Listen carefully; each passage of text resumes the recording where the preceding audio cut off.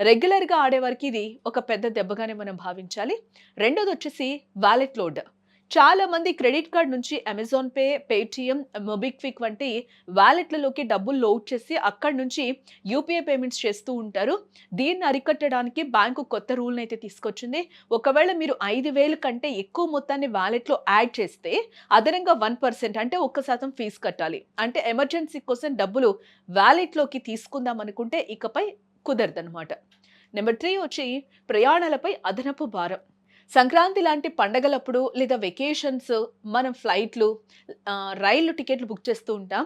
ఇకపై transport merchant category కింద మీరు చేసే ఖర్చు రూ. 50,000 దాటితే ఆ పైన జరిగే లావాదేవీలకు 1% అదనపు ఛార్జీ పడుతుంది. తరచుగా ప్రయాణాలు చేసే వారికి ఇది ఖచ్చితంగా అదనపు ఖర్చే అవుతుంది. నెక్స్ట్ వచ్చేసి సినిమా ఆఫర్‌లు అండ్ రివార్డ్స్ కట్. సినీ ప్రియులకు ఎంతో ఇష్టమైన book my show by one get one offer నిబంధనలు కూడా కఠినతరం చేశారు. త్రైమాసికానికి అంటే 3 నెలలకి ఇంత మొత్తం ఖర్చు చేస్తేనే ఈ ఆఫర్ వర్తిస్తుందని, కొన్ని కార్డులకు ఈ సదుపాయాన్ని పూర్తిగా తొలగిస్తున్నామని బ్యాంక్ అయితే స్పష్టం చేస్తూ ఉంది. ఇక 2026 నుండి ఇన్సూరెన్స్ పేమెంట్స్ కావచ్చు, యుటిలిటీ బిల్లులపై వచ్చే రివార్డ్ పాయింట్లపై కూడా పరిమితులైతే రానున్నట్లుగా కూడా ఐసీఐసీఐ బ్యాంక్ చెప్తూ ఉంది.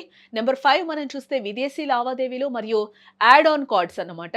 విదేశాల్లో షాపింగ్ చేసే వారికి డైనమిక్ కరెన్సీ కన్వర్షన్ ఫీజులు పెంచారు.